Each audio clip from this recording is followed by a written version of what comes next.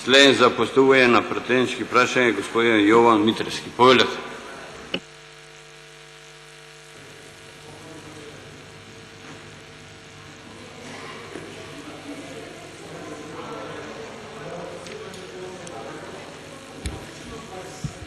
Благодарам.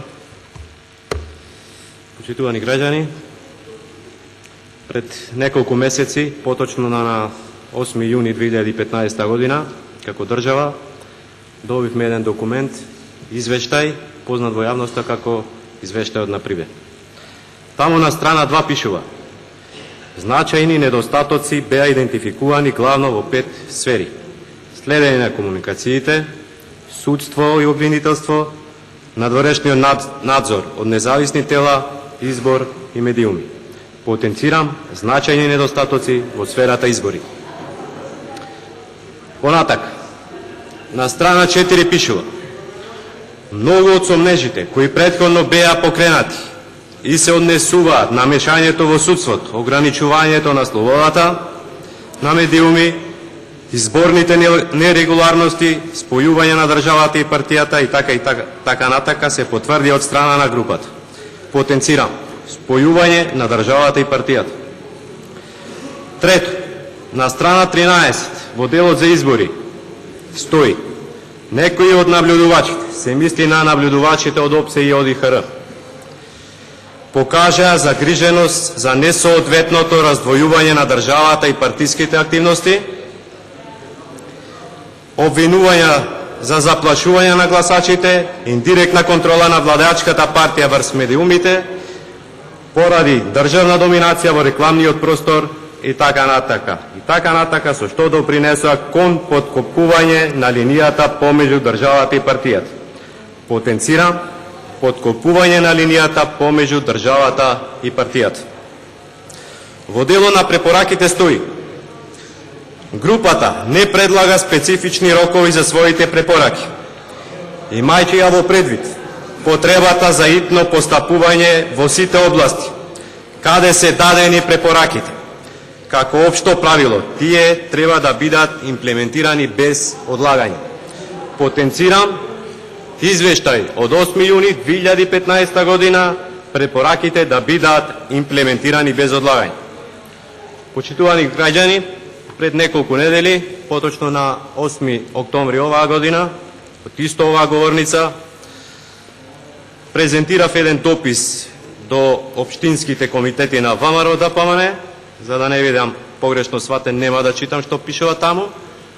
Меѓутоа, во тој допис имаше еден, во прилог на тој допис постоеше еден список, еве го списокот, на 14 страни, со 757 лица, корисници на социјална парична помош и членови на домаќинство. Прашањето ми е до Министерот за труд и социјална политика: дали понатак ги употребувате државните институции? Дали понатак податоците добиени од државните институции ги употребувате за партиски потреби, што би било доказ за поклопување на државата од страна на партијата? Ви благодарам. Благодарам и јас. Пратеникот Јован Митревски постави едно пратеничко прашање и тоа до Министерот за труд и социјална политика. Одговор ќе добиете од министерот. Повелете, министр. Пријавете се само, ви молам за да...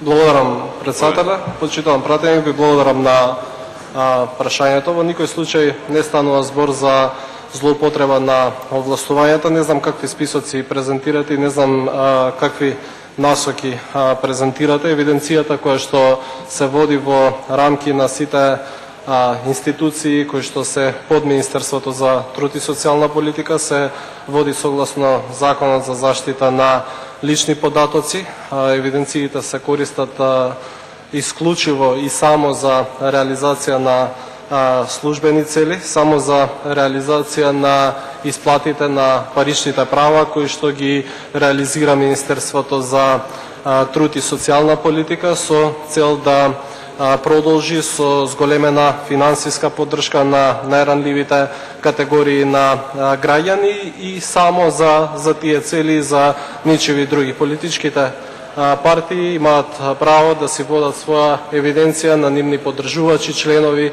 симпатизери со кои што реализираат и остваруваат најразлични активности. Благодарам.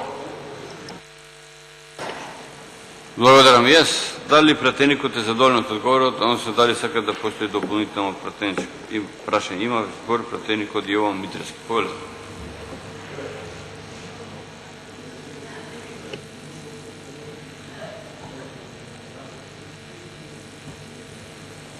Благодарам. Господине министер, презентирав список на 14 страни и таму следно обино. Прво, име и презиме на сите корисници на социјална парична помош и членови на домаќинство. Дали е носител на право или член на домаќинство. На која возраст? Адреса на живење, телефон, дали е член на партија или не е. Како е мапиран? Замислете го изразов мапиран.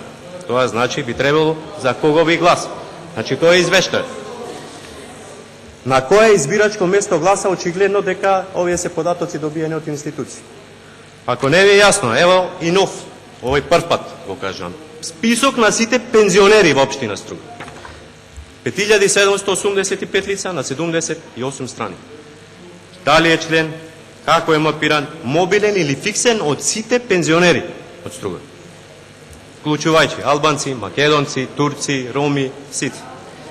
На која адреса живее, на кое избирачко место гласа. Овој список ќе го остава.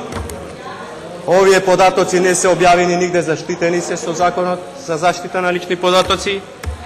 Немам дополнително прашање, не сум задоволен од одговорот. Ова е доказ.